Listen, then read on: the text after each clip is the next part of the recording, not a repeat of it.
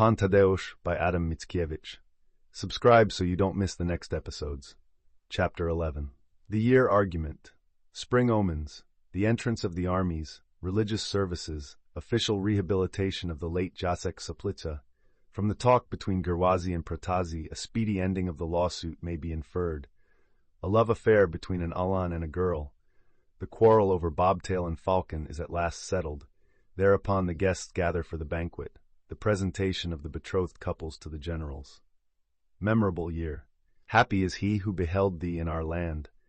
The folk still call thee the year of harvest, but the soldiers the year of war. Old men still love to tell tales of thee, and poets still dream of thee. Thou hadst long been heralded by the marvel in the sky, and preceded by a vague rumor among the folk. With the coming of the spring sun, the hearts of the Lithuanians were seized with a certain strange foreboding, as if the end of the world were approaching, by a certain yearning and joyous expectation. In the spring, when the cattle were driven forth for the first time, men noticed that, though famished and lean, they did not run to the young corn that already made gay the fields, but lay down on the plowed land, and, drooping their heads, either lowed or chewed the cud of their winter food. The villagers, too, as they plowed for the spring grain, did not show their wonted joy in the end of the long winter. They did not sing songs, but worked lazily, as though forgetful of the sowing and the harvest. As they harrowed, at every step they checked their oxen and their nags, and gazed anxiously towards the west, as though from this direction some marvel were about to appear.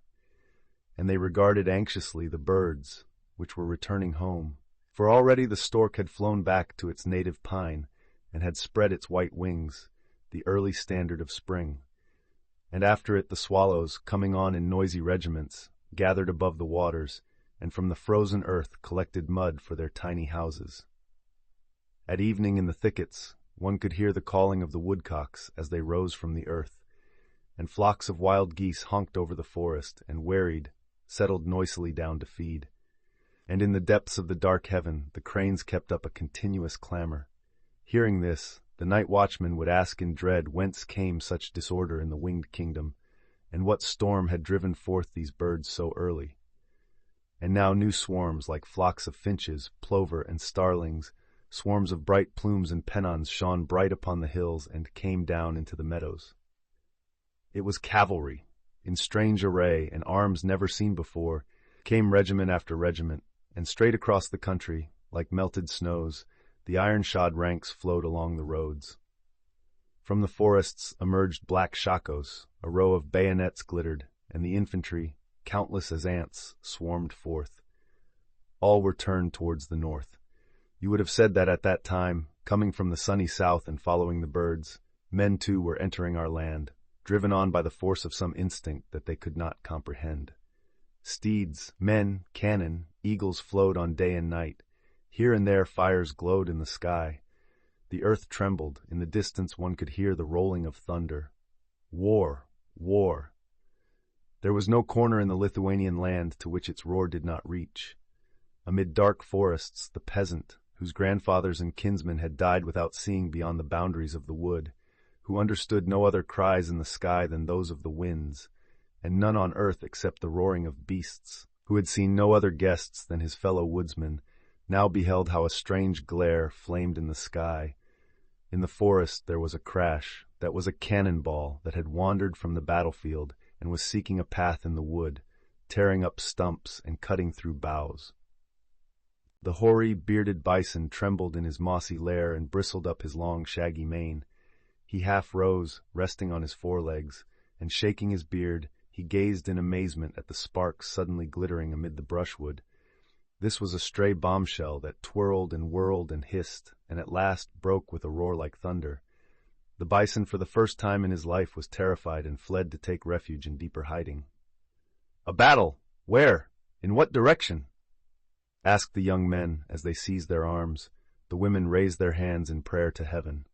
All, sure of victory, cried out with tears in their eyes, "God is with Napoleon, and Napoleon is with us.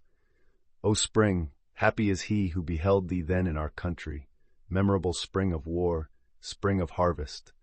O spring, happy is he who beheld how thou didst bloom with corn and grass, but glittered with men, how thou wert rich in events and big with hope. I see thee still, fair phantom of my dream. Born in slavery and chained in my swaddling bands, I have had but one such spring in my whole life. Soplicas lay close by the highway along which two generals were pressing forward from the Niemen. Our own Prince Joseph and Jerome, King of Westphalia, had already occupied Lithuania from Grodno to Slonim, when the king issued orders to give the army 3 days of repose. But the Polish soldiers, despite their hardships, murmured because the king would not permit them to march on. So eager were they to overtake the Muscovites at the earliest possible moment. The main staff of the prince had halted in the town nearby, but in Soplicas was a camp of 40,000 men, and with them generals Dąbrowski, Mickiewicz, Malachowski, Giedroyc, and Grabowski, with their staffs. As it was late when they arrived, each man chose quarters wherever he could, either in the old castle or in the mansion. Soon orders had been issued and guards stationed, and each weary man went to his chamber for sleep. As night drew on, all became quiet, both camp, mansion, and field. One could see only the patrols wandering about like shadows, and here and there the flickering of the campfires. One could hear only the watchwords being passed about from post to post in the army. All slept, the master of the house, the generals, and the soldiers. The eyes of the seneschal alone were not closed in sweet slumber. For on the morrow, the seneschal had to arrange a banquet by which he would fain make famous the house of the Soplicas for ever and ever, a banquet worthy of guests so dear to Polish hearts, and in keeping with the great solemnity of the day, which was both a church holiday and a family holiday. On the morrow, the betrothals of 3 couples were to take place. Moreover, General Dąbrowski had made known that evening that he wished to have a Polish dinner. Though the hour was late, the seneschal had gathered cooks from the neighborhood with all possible speed. There were 5 of them working under his direction. As head cook, he had girt him with a white apron, donned a nightcap, and tucked up his sleeves to the elbows. In one hand he held a fly flapper, and with it he drove away insects of all sorts, which were settling greedily on the dainties. With the other hand he put on his well-wiped spectacles, took a book from his bosom, unwrapped it, and opened it. This book was entitled The Perfect Cook. Herein were described in detail all the dishes peculiar to the Polish table. With its aid, the Count of Tenchin was wont to give those banquets in the Italian land at which the Holy Father Urban VIII marveled. By its aid, later on, Karol, my dear friend Radziwill, when he entertained King Stanislaw at Nieswiez, arranged that memorable feast, the fame of which still lives throughout Lithuania in popular tales. What the seneschal read, understood, and proclaimed, that straightway did the skillful cooks carry out. The work seethed. 50 knives clattered on the tables. Scullions black as demons rushed about, some carrying wood, others pails of milk and wine. They poured them into kettles, spiders, and stew pans, and the steam burst forth. 2 scullions sat by the stove and puffed at the bellows. The seneschal, the more easily to kindle the fire, had given orders to have melted butter poured on the wood. This bit of extravagance is permitted in a well-to-do household. The scullions stuffed bundles of dry brushwood into the fire. Others of them placed upon spits immense roasts of beef and venison, and haunches of wild boars and of stags. Still others were plucking whole heaps of birds of all sorts. Clouds of down flew about, and grouse, heathcocks, and hens were stripped bare. But there were very few hens. Since the attack that bloodthirsty buzzard Dobrinsky had made on the hen coop at the time of the foray, when he had annihilated Zosia's establishment, without leaving a bit for medicine, Soplicas, once famous for its poultry, had not yet managed to blossom out again with new birds. For the rest, there was a great abundance of all the sorts of meats that could be gathered from the house and from the butcher's shops, from the woods and the neighbors, from near and from far. You would have said that the only thing lacking was bird's milk. The 2 things that a generous man requires in order to give a feast were united at Soplicas: plenty and art. Already the solemn day of the Most Holy Lady of Flowers was approaching. The weather was lovely, the hour early. The clear sky was extended about the earth like a calm, hanging, concavo-convex sea. A few stars shone from its depths, like pearls from the sea bottom, seen through waves. On one side a little white cloud, all alone, drifted along and buried its wings in the azure, like the vanishing pinions of a guardian angel, who, detained through the night by the prayers of men, has been belated, and is hastening to return to his fellow denizens of heaven. Already the last pearls of the stars had grown dim and been extinguished in the depths of the sky, and the center of the sky's brow was growing pale. Its right temple, reposing on a pillow of shadow, was still swarthy, but its left grew ever rosier. But farther off the horizon line parted like a broad eyelid, and in the center one could see the white of an eye. One could see the iris and the pupil. Now a ray darted forth and circled and shimmered over the rounded heavens, and hung in the white cloud like a golden arrow. At this beam, at this signal of day, a cluster of fires flew forth, crossing one another 1,000 times on the sphere of the skies, and the eye of the sun rose up. Still somewhat sleepy, it blinked and trembled and shook its gleaming lashes. It glittered with 7 tints at once. At first sapphire, it straightway turned blood-red like a ruby, and yellow as a topaz. Next it sparkled transparent as crystal, then was radiant as a diamond. Finally it became the color of pure flame, like a great moon, or like a twinkling star. Thus over the measureless heaven advanced the solitary sun. Today, from the whole neighborhood, the Lithuanian populace had gathered before sunrise around the chapel, as if to hear some new marvel proclaimed. This gathering was due in part to the piety of the folk, and in part to curiosity. For today at Soplicas the generals were to attend service, those famous captains of our legions, whose names the folk knew and honored as those of patron saints, all whose wanderings, campaigns, and battles were the people's gospel throughout Lithuania. Now some officers and a throng of soldiers arrived. The folk surrounded them and gazed upon them, and they could hardly believe their eyes when they beheld their fellow countrymen wearing uniforms and carrying arms, free and speaking the Polish language. The Mass began. The little sanctuary could not contain the entire throng. The folk kneeled on the grass, gazing at the door of the chapel, and bared their heads. The white or yellow hair of the Lithuanian folk was gilded like a field of ripe grain.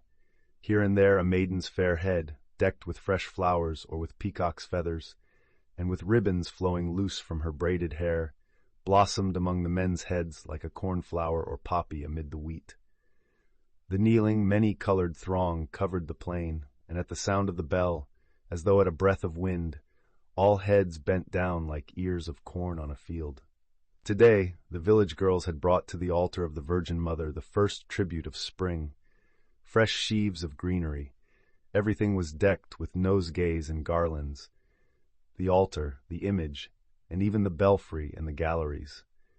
Sometimes a morning zephyr, stirring from the east, would tear down the garlands and throw them upon the brows of the kneeling worshippers, and would spread fragrance abroad as from a priest's censer. When the Mass and the sermon were over in the church, there came forth at the head of the whole gathering the chamberlain, who had recently been unanimously chosen Marshal of the Confederacy by the Electoral Assembly of the district. He wore the uniform of the wojewodoship, a tunic embroidered with gold, a contus of gros de tours with a fringe, and a massive brocade belt, on which hung a saber with a hilt of lizard skin. At his neck shone a large diamond pin. His cap was white, and on it was a large tuft of costly feathers, the crests of white herons. Only on festival days is worn so rich an ornament, every little feather of which is worth a ducat. Thus adorned, he stepped up on a mound before the church.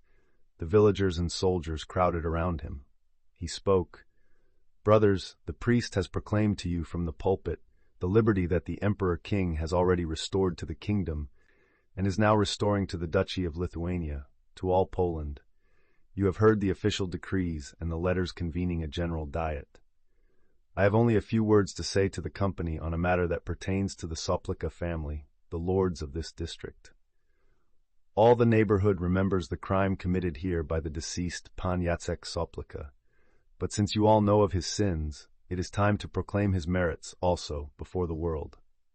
Here are present the generals of our armies, from whom I have heard all that I tell you. This Jacek did not die at Rome, as was reported, but only changed his former way of life, his calling, and his name. And all his offenses against God and his country he has blotted out by his holy life and by great deeds. It was he who at Hohenlinden, when General Richepont, half vanquished, was already preparing to retreat, not knowing that Kniazevich was on the way to his rescue. It was he, Jacek, called Roback, who amid spears and swords brought to Richepont from Kniazevich letters announcing that our men were attacking the enemy in the rear.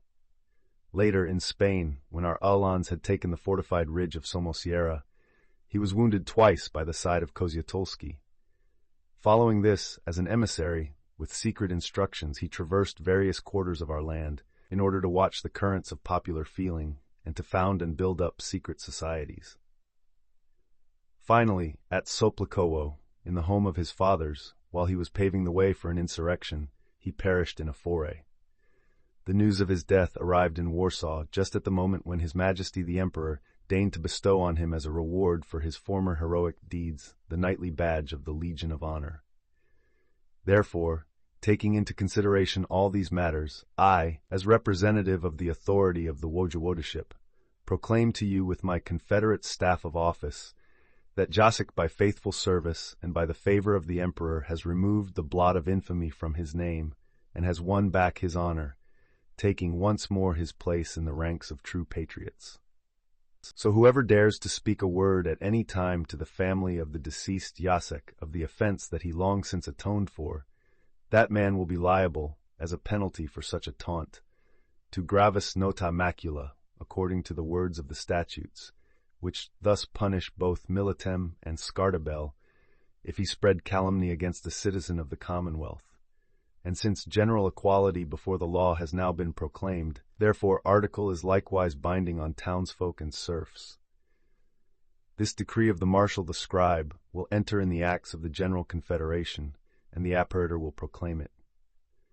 As for the cross of the Legion of Honor, the fact that it arrived late does not derogate from its glory. If it could not serve Jacek as an adornment, let it serve as a memorial of him.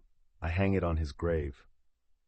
For 3 days it will hang there, then it will be deposited in the chapel as a votum for the Virgin. So saying, he took the badge from its case and hung on the modest cross that marked the grave a red ribbon knotted into a cockade, and a starry white cross with a golden crown. The rays of the star shone in the sunlight like the last gleam of Jacek's earthly glory. Meanwhile the kneeling folk repeated the Angelus, praying for the eternal repose of the sinner. The judge walked about among the guests and the throng of villagers and invited all to the banquet at Soplikowo. But on the bench of turf before the house 2 old men had taken their seats, each holding on his knees a tankard full of mead. They gazed into the garden, where amid the buds of bright-colored poppy stood an elan like a sunflower, wearing a glittering headdress adorned with gilded metal and with a cock's feather. Near him a little maid in a garment green, as the lowly rue raised eyes blue as forget-me-nots towards the eyes of the youth. Farther on, girls were plucking flowers among the beds, purposely turning away their heads from the lovers, in order not to embarrass their talk together. But the old men, as they drank their mead and passed from hand to hand a bark snuff-box, continued their chat. "Yes, yes, my dear Protazzi," said Gerwazi the warden. "Yes, yes, my dear Gerwazi," said Protazzi the apparitor. "Yes, yes indeed," they repeated in unison over and over again, nodding their heads in time to the words. Finally the apparitor spoke. "That our lawsuit has a strange conclusion I do not deny. However, there are precedents. I remember lawsuits in which worse outrages were committed than in ours, and yet marriage articles ended the whole trouble. In this way Lopat was reconciled to the Borzdobohati family, the Krepstels with the Kupses, Putrament with Pikturna, Mickiewicz with the Odenises, and Turno with the Kwileckis. What am I saying? The Poles used to have worse broils with Lithuania than the Horeszkos with the Soplica family, but when Queen Jadwiga took the matter under advisement, then that difficulty too was settled out of court. It is a good thing when the parties have maidens or widows to give in marriage, then a compromise is always ready at hand. The longest suits are ordinarily with the Catholic clergy or with close kindred, for then the cases cannot be concluded by marriage. Hence come the endless quarrels between the Lechites and the Russians, who proceed from Lech and Rus, two born brothers. Hence also there were so many prolonged lawsuits between the Lithuanians and the Knights of the Cross, until Jagiello finally won. Hence finally that famous lawsuit of the Rimsas and the Dominicans long pendabat on the calendar, until finally Father Dimza, the syndic of the convent, won the case, whence the proverb, "The Lord God is greater than Lord Rimsa," and I may add, mead is better than the penknife. So saying, he drank off a tankard to the health of the warden. "True, true," replied Gerwazi with emotion. "Strange have been the fortunes of our beloved kingdom and of our Lithuania. They are like a true married pair. God joined them and the devil divides them. God has his own and the devil has his own. Ah, dear brother Protasi, that our eyes should see this, that these brethren from the kingdom should visit us once more. I served with them years ago, and remember that bold confederates came from their country. If only my deceased lord the Pantler had lived to see this hour. Oh, Jacek, Jacek! But why should we lament? Now Lithuania will soon be reunited to the kingdom, and therewith all is forgiven and forgotten." "And it is strange," said Protasi, "that in regard to this Zozia, for whose hand our Thaddeus is now suing, a year ago there was an omen, as it were a sign from heaven." "Panna Sophia she should be called," interrupted the warden, "for she is now grown up, and is no longer a little girl. Besides that, she comes of the blood of dignitaries. She is the granddaughter of the Pantler." "Well, it was an omen prophetic of her fate," Protasi concluded. "I beheld the omen with my own eyes. A year ago our servants were sitting here on a holiday, drinking mead, and we saw— whack! There fell from the eaves 2 sparrows fighting, both old males. One, which was somewhat the younger, had a grey throat, the other a black one. They continued to scuffle about the yard, turning over and over, until they were buried in dust. We gazed at them, and meanwhile the servants whispered to one another that the black one must stand for the Horeszkos, and the other for the Soplica. So, whenever the grey one was on top, they would cry, 'Vivat Soplica, foe the Horeszkos cowards!' But when it fell, they shouted, 'Get up, Soplica, don't give in to the magnate, that's shameful for a gentleman.' So we laughed and waited to see which would beat. But suddenly little Zozia, moved with pity for the birds, ran up and covered those warriors with her tiny hand. They still fought in her hands till the feathers flew. Such was the fury of those little scamps. The old wives, looking at Zozia, quietly passed the word about that it would certainly be that girl's destiny to reconcile 2 families long at variance. So I see that the old wives' omen has today come true. To be sure, at that time they had in mind the Count, and not Thaddeus." To this the warden replied, "There are strange things in the world. Who can fathom them all? I too will tell you, sir, something which, though not so marvelous as that omen, is nevertheless hard to understand. You know that in old days I should have been glad to drown the Soplica family in a spoonful of water, and yet of this young fellow Thaddeus I was always immensely fond, from his childhood up. I took nonce that whenever he got into a fight with the other lads he always beat them, so every time that he came to the castle I kept stirring him up to difficult feats. He succeeded in everything, whether he set out to dislodge the doves from the tower, or to pluck the mistletoe from the oak, or to tear down a crow's nest from the highest pine. He was equal to anything. I thought to myself, that boy was born under a happy star. Too bad that he is a Soplica. Who would have guessed that in him I was to greet the owner of the castle, the husband of Panna Sophia, her grace my lady?" Here they broke off their conversation, but deep in thought they continued to drink. One could only hear now and then these brief words, "Yes, yes, Gerwazi. Yes, Protasi." The bench adjoined the kitchen, the windows of which were standing open and pouring forth smoke as from a conflagration. At last, between the clouds of smoke, like a white dove, flashed the shining nightcap of the head cook. The seneschal, putting his head out of the kitchen window, above the heads of the old men, listened in silence to their talk, and finally handed them some biscuits in a saucer, with the remark, "Have something to eat with your mead, and I will tell you a curious story of a quarrel that seemed likely to end in a bloody fight, when Rejtan, hunting in the depths of the forests of Naliboki, played a trick on the Prince de Nassau. This trick he nearly atoned for with his own life. I made up the gentleman's quarrel, as I will tell you." But the seneschal's story was interrupted by the cooks, who inquired whom he would have set the table. The seneschal withdrew, and the old men, having finished their mead, turned their thoughtful eyes towards the center of the garden, where that handsome Ullun was talking with the young lady. At that moment the Ullun, taking her hand in his left, his right hung in a sling so that he was evidently wounded, addressed the lady with these words. "Sophia, you positively must tell me this. Before we exchange rings, I must be sure of it. What does it matter that last winter you were prepared to give me your promise? I did not accept your promise then, for what did I care for such a forced promise? I had then stayed in Soplicowo but a very short time, and I was not so vain as to flatter myself that by my mere glance I could awaken love in you. I am no braggart. I wished by my own merits to win your regard, even though I might have to wait long for it. Now you are so gracious as to repeat your promise. How have I ever deserved such favor? Perhaps you are taking me, Zozia, not so much from attachment as because your uncle and aunt are urging you to do so.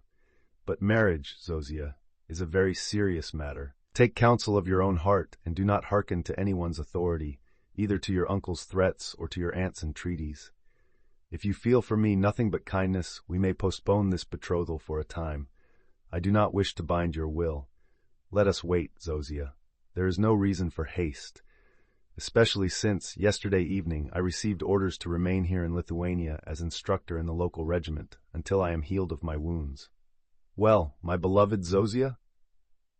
Raising her head and looking timidly into his eyes, Zozia replied, I do not now remember perfectly what happened so long ago.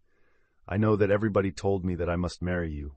I always assent to the will of heaven and the will of my elders. Then, lowering her eyes, she added, Before your departure, if you remember, when Father Roback died on that stormy night, I saw that you were dreadfully sorry to leave us. You had tears in your eyes. Those tears, I tell you truly, fell deep into my heart. Since then, I have trusted your word that you were fond of me. Whenever I have uttered a prayer for your success, I have always had before my eyes the picture of you with those great shining tears. Later the chamberlain's wife went to Wilno and took me there for the winter. But I longed for Soplicowo and for that little room where you met me for the first time one evening by the table, and where you later bade me farewell. In some strange way the memory of you, like seeds of kale planted in the fall, all through the winter sprouted in my heart, so that, as I tell you, I continually longed for that little room, and something whispered to me that I should find you there again, and so it has happened. While thinking of this, I often had your name on my lips as well. This was at Wilno in the carnival season. The girls said that I was in love. So now, if I love anyone, it must surely be you. Thaddeus, happy at such a proof of affection, took her arm and pressed it to him, and they left the garden for the ladies' chamber, for that room that Thaddeus had occupied 10 years before. At this moment the notary was tarrying there in marvelous array, and proffering his services to his betrothed lady. He bustled about and handed her signet rings, little chains, gallipots and bottles and powders and patches. Gay at heart, he gazed in triumph on the young damsel. The young damsel had finished making her toilet, and was sitting before the mirror taking counsel of the graces. But the maids were still toiling over her. Some with curling irons in their hands were freshening the limp ringlets of her tresses. Others, on their knees, were working at a flounce. While the notary was thus tarrying with his betrothed, a scullion rapped on the window to attract his attention. They had caught sight of a rabbit. The rabbit, stealing out of the willows, had whisked over the meadow and leapt into the garden amid the growing vegetables. There it was seated, and it was an easy matter to fright it from the cabbage patch and to course it, stationing the hounds on the narrow path that it must take. The assessor ran up, pulling Falcon by the collar. The notary hurried after him, calling to Bobtail. The seneschal made them both stand with their dogs near the fence, while he himself with his fly-flapper set out for the garden, and by trampling, whistling, and clapping his hands, greatly terrified the poor beast. The huntsmen, each holding his hound by the collar, pointed their fingers to the spot from which the hare was to appear, and made a soft smacking sound with their lips. The hounds pricked up their ears, snuffed the wind with their muzzles, and trembled impatiently, like two arrows set on one string. All at once the seneschal shouted, "At him!" and the hare darted from behind the fence into the meadow, the hounds after him. And speedily, without making a single turn, Falcon and Bobtail together fell upon the gray rabbit from opposite sides at the same instant, like the two wings of a bird, and buried their teeth like talons in his back. The rabbit gave one cry, like a newborn babe, pitifully. The huntsman ran up. It already lay breathless, and the hounds were tearing the white fur beneath its belly. The huntsmen were patting their dogs, but meanwhile, while the seneschal, drawing the hunting knife that hung at his girdle, cut off the feet and said, "Today each dog shall receive an equal fee, for they have gained equal glory. Equal was their fleetness, and equal was their toil. Worthy is the palace of Pack, and worthy is Pack of the palace. Worthy are the huntsmen of the hounds, and worthy are the hounds of the huntsmen. Thus is ended your long and furious quarrel. I, whom you appointed your judge and stakeholder, at last give my verdict. You both have triumphed. I return your stakes. Let each man keep his own, and do you both sign the treaty." At the summons of the old man, the huntsmen turned beaming faces on each other and joined their long, parted right hands. Then the notary spoke. "My stake was a horse with its caparison. I also agreed before the district authorities to deposit my ring as a fee for the judge. A forfeit once pledged cannot be withdrawn. Let the seneschal accept the ring as a reminder of this incident, and let him have engraved on it either his own name or, if he prefers, the armorial bearings of the Horeszkos. The carnelian is smooth, the gold 11 carats fine. The Uhlans have now commandeered my horse for their troop, but the caparison remains in my possession. Every expert praises this caparison, that it is strong and comfortable, and pretty as a picture. The saddle is narrow in the Turco-Cossack style. In front it has a pommel, and in the pommel are set precious stones. The seat is covered with a damask pad. And when you leap into your place, you rest on that soft down as comfortably as in a bed, and when you start to gallop. Here, the notary Bolesta, who, as is well known, was extremely fond of gestures, spread out his legs as though he were leaping on a horse, and then, imitating a gallop, he swayed slowly to and fro. And when you start to gallop, then light flashes from the housing as though gold were dripping from your charger, for the side bands are thickly set with gold and the broad silver stirrups are gilded. On the straps of the bit and on the bridle glitter buttons of mother-of-pearl, and from the breastplate hangs a crescent shaped like Leliwa, that is, like the new moon. This whole splendid outfit was captured, as rumor reports, in the Battle of Podhaicha, from a certain Turkish noble of very high station. Accept it, assessor, as a proof of my esteem. Happy in his gift, the assessor replied. My stake was the gift that I once received from Prince Sangusko, my elegant dog collars, covered with lizard skin, with rings of gold, and my leash woven of silk, the workmanship of which is as precious as the jewel that glitters upon it. That outfit I wanted to leave as an inheritance for my children. I shall surely have children, for you know that I am to be married today. But, my dear notary, I beg you humbly that you will deign to accept that outfit in exchange for your rich caparison, and as a reminder of the quarrel that was prolonged for so many years and has finally been concluded in a manner honorable to us both. May harmony flourish between us. So they returned home to proclaim at table that the quarrel between Bobtail and Falcon had been concluded. There was a report that the seneschal had raised that rabbit in the house and slyly let it out into the garden in order to make the huntsmen friends by means of too easy a prey. The old man played his trick so mysteriously that he completely fooled all Soplicowo. A scullion, some years later, whispered a word of this, wishing to embroil once more the assessor and the notary, but in vain did he spread abroad reports slanderous to the hounds. The seneschal denied the story, and nobody believed the scullion. The guests were already assembled in the great hall of the castle, and were conversing around the table as they awaited the banquet, when the judge entered in the uniform of a woyewoda, escorting Thaddeus and Sophia. Thaddeus, raising his left hand to his forehead, saluted his superior officers with a military bow. Sophia, lowering her eyes and blushing, greeted the guests with a curtsy. She had been taught by Telemena how to curtsy gracefully. On her head she wore a wreath as a betrothed maiden. For the rest, her costume was the same that she had worn that morning in the chapel, when she brought in her spring sheaf for the Virgin Mary. She had reaped once more, for the guests, a fresh sheaf of greenery, and with one hand she distributed flowers and grasses from it.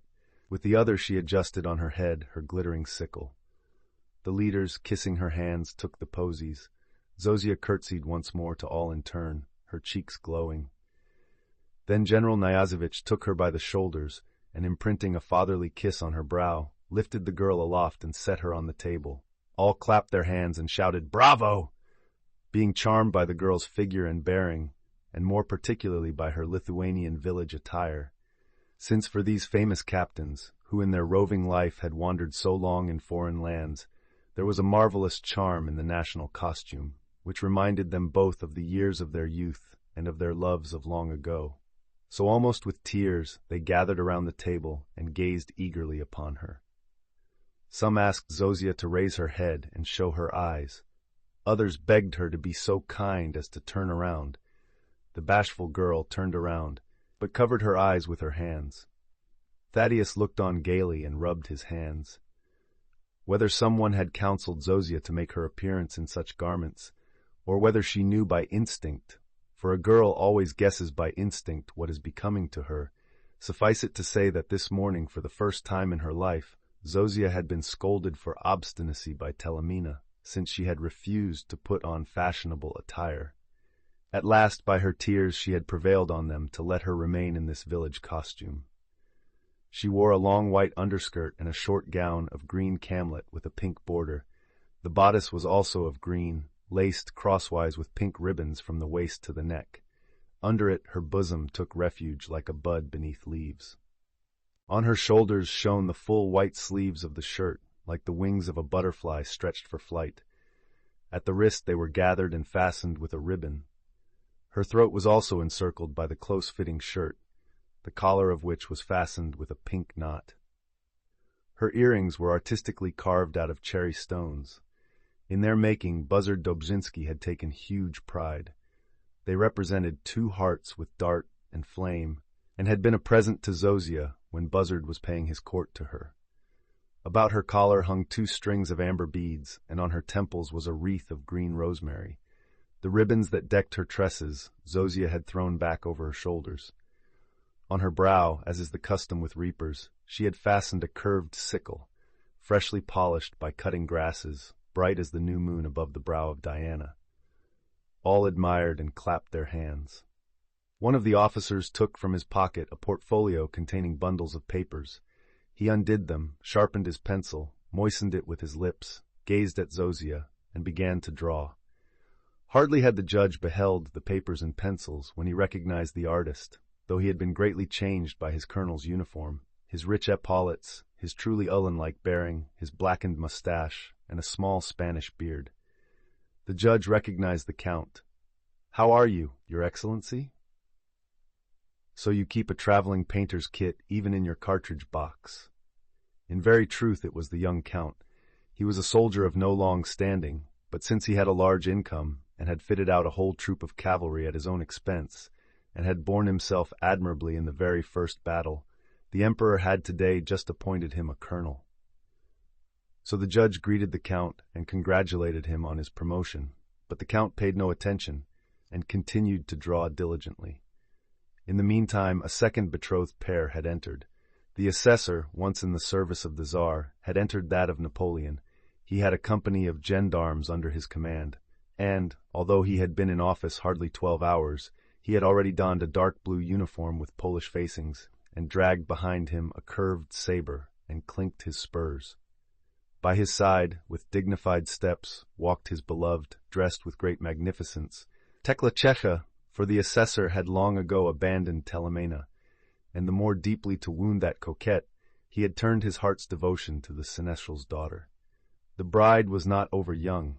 She had perhaps already seen half a century go by, but she was a good housekeeper and a dignified and well-to-do person, for, aside from her ancestral village, her dowry had been increased by a little sum presented to her by the judge. For the third pair they waited vainly, a long time. The judge grew impatient and sent servants. They returned and reported that the third bridegroom, the notary, when looking for the rabbit, had lost his wedding ring and was now looking for it in the meadow.